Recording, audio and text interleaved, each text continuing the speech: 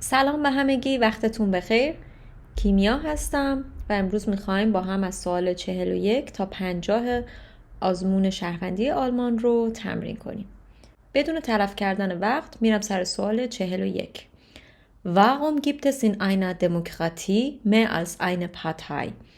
چرا در دموکراسی بیش از یک حزب وجود داره؟ Weil dadurch die unterschiedlichen Meinungen der Bürger und Bürgerinnen vertreten werden. زیرا از این طریق عقاید مختلف مردم بیان میشن. Damit Bestechung in der Politik begrenzt wird. زیرا از این طریق خواری در سیاست محدود میشه. politische Demonstrationen zu verhindern. تا از تظاهرات سیاسی جلوگیری بشه. Wirtschaftlichen Wettbewerb anzuregen. تا رقابت اقتصادی رونق بگیره. خب میدونیم که گزینه 1 درسته. تا از این طریق عقاید مختلف مردم بیان بشه. سوال 42. Wer beschließt in Deutschland ein neues Gesetz? چه کسی در آلمان قوانین جدید رو وضع میکنه؟ Die Regierung، دولت. Das Parlament، مجلس. Die Gerichte، دادگاه ها. Die Polizei، پلیس. مجلس قوانین جدید رو تایید میکنه.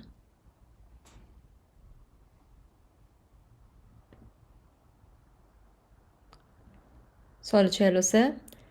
Wann kann in Deutschland eine Partei verboten werden? چه موقع یک حزب در آلمان ممنوع میشه؟ Wenn ihr Wahlkampf zu teuer ist. وقتی که هزینه مبارزه انتخاباتی اون حزب خیلی گرون بشه، خیلی پرهزینه بشه. Wenn sie gegen die Verfassung kämpft. وقتی که اون حزب بر علیه قانون اساسی مبارزه کنه. Wenn sie Kritik am Staatsoberhaupt äußert. Wenn sie Kritik am Staatsoberhaupt äußert. وقتی که از رئیس دولت انتقاد کنه. Wenn ihr Programm eine neue Richtung vorschlägt. وقتی که برنامه های اونا یک جهت جدید پیشنهاد کنه، متفاوت باشه. پاسخ صحیح این گزینه است. وقتی که بر علیه قانون اساسی مبارزه کنه. سوال 44. Wenn kann man als Bürger oder Bürgerin in Deutschland nicht direkt wählen? یک شهروند آلمانی چه کسی رو نمیتونه مستقیما انتخاب کنه؟ منظور با رأی گیریه. Abgeordnete des EU-Parlaments، نمایندگان پارلمان اتحادیه اروپا.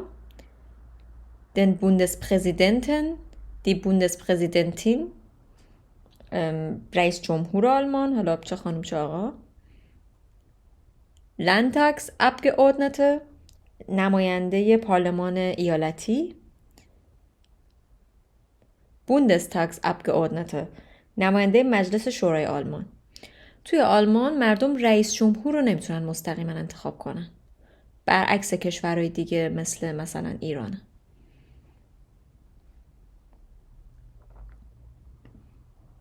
سوال 45. Zu welcher Versicherung gehört die Pflegeversicherung?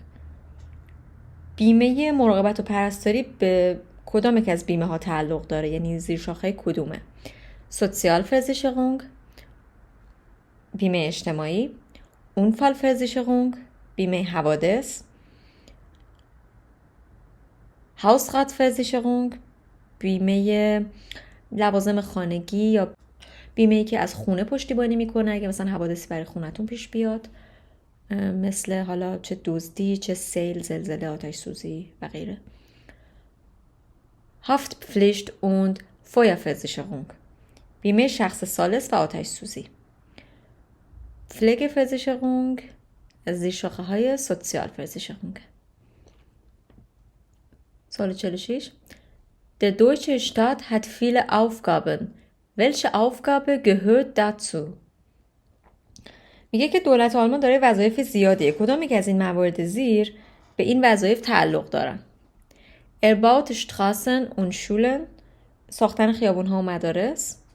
verkauft Lebensmittel und Kleidung، فروش مواد غذایی و البسه.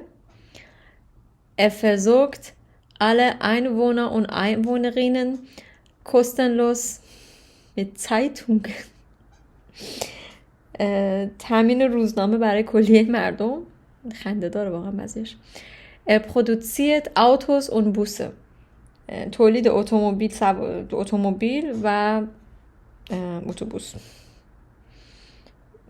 گزینه اول جزو وظایف دولت. سوال 47 دوباره همین سواله.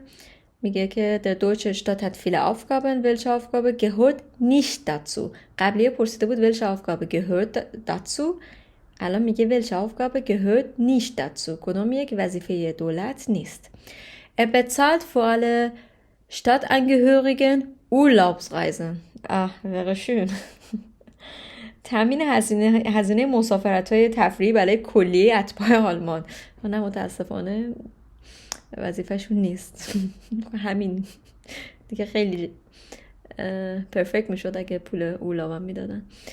اتساد کیندرگلد، پرداخت حق اولاد، ولی اون هزینه کمک هزینه که برای بچه ها پرداخت میشه. unterstützt Museen، حمایت از موزه ها، این دوتا درستن. fördert Sportler und Sportlerinnen، تشویق و حمایت از ورزشکاران. خب همین گزینه اول جزو وظایف دولت آلمان نیست. سوال 48 welches Organ gehört nicht zu den Verfassungsorganen Deutschlands؟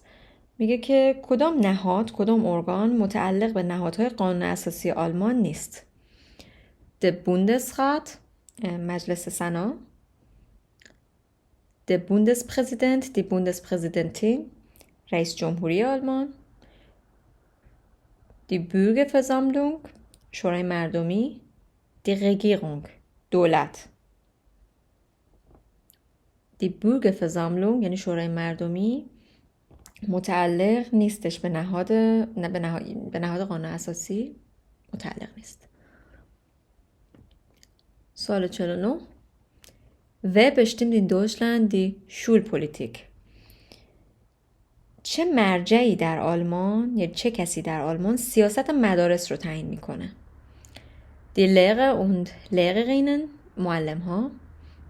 Die Bundesländer، خود ایالات. Das Familienministerium، وزارت امور خانواده. Die Universitäten، دانشگاه ها. Die Bundesländer گزینه درست هست، یعنی خود ایالات. خود ایالات تعیین میکنن که مثلا شولفرین کی باشه، تعطیلات مدرسه چه جوری باشه، مثلا ساعات مدرسه به صورت استاندارد چطور باشه و از این نوع موارد. و سوال 50 Die Wirtschaftsform in Deutschland nennt man، نام سیستم اقتصادی آلمان چیست؟ کدوم این گزینه است؟ Freie Zentralwirtschaft، اقتصاد مرکزی آزاد. Soziale Marktwirtschaft، اقتصاد بازار آزاد سوسیال.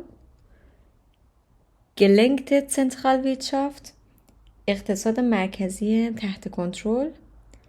Planwirtschaft، اقتصاد برنامه ریزی شده. اقتصاد آلمان اسمش سوسیال مارکتویرشافت است. اینو باید حفظ کرد. ممنون که با من همراه بودین. 10 سوال دیگر رو با هم تمرین کردیم. خوشحال میشم که کانال من رو ابونیقن یا سابسکرایب کنین و اون زنگوله رو هم بزنین که وقتی ویدیو بعدی رو روز پنجشنبه آپلود میکنم براتون نوتیفیکیشن بیاد. سلامت باشین. روز و شبتون خوش.